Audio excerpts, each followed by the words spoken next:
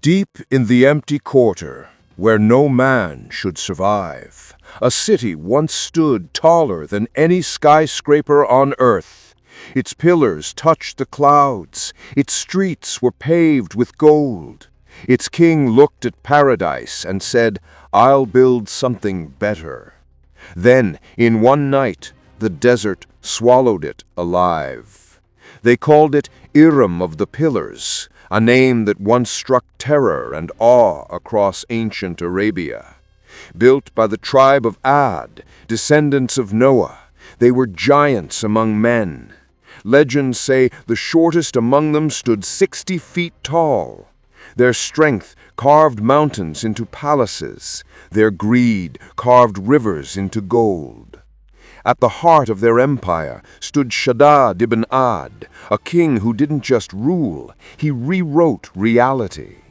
He looked at the oasis paradise promised to the righteous and declared, "Why wait for the afterlife? I'll build heaven right here." He ordered a city unlike any before or since. Streets of silver, fountains of perfume, pillars so tall their shadows cooled entire districts. Archaeologists today would call it impossible. The Odd called it Tuesday. But Shaddad didn't stop at architecture. He wanted worship. He forced poets to compose odes comparing him to the Creator. He demanded caravans detour hundreds of miles just to kneel before his gates. "My lord, the prophet Hud warns, this city mocks the one who made the sky. Let your Hud keep his sky. I have pillars." That was the moment pride crossed into madness. Shaddad issued his final decree. "When Irem is finished, I will sit on a throne above the clouds, and paradise will bow to me." The Ad cheered.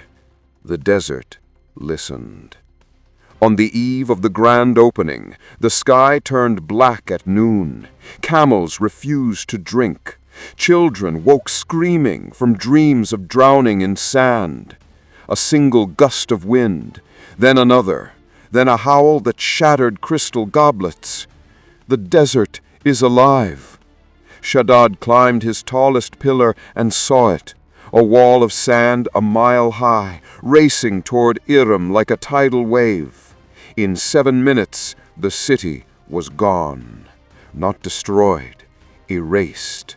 The sand didn't just cover Irem, it swallowed it, whole, alive. For 3,000 years, Irem became a ghost story. Bedouin tribes refused to cross certain dunes. They said, "The sand remembers." Then, in 1992, something impossible happened. NASA's Earth Observatory detected anomalous structures in the Rub al-Khali, a perfect rectangle, straight lines where nature allows none. Archaeologists today called it Ubar, the Atlantis of the sands. Carbon dating, 2,800 years old. Location, exact coordinates of the lost city. One scientist whispered, "We didn't find Ubar, we found Irem." Look at our cities now. Glass towers that pierce the clouds, billionaires who buy islands, influencers who crown themselves gods on social media. Are we building Irem 2.0? The Odd thought their pillars would outlast time. They lasted one night. The desert is patient. It doesn't warn twice. Irem isn't just a ruin. It's a mirror. Every empire that forgot humility ended the same way. Not with war, not with fire, but with silence. Next time you stand at the top of your world, listen. The desert is always listening.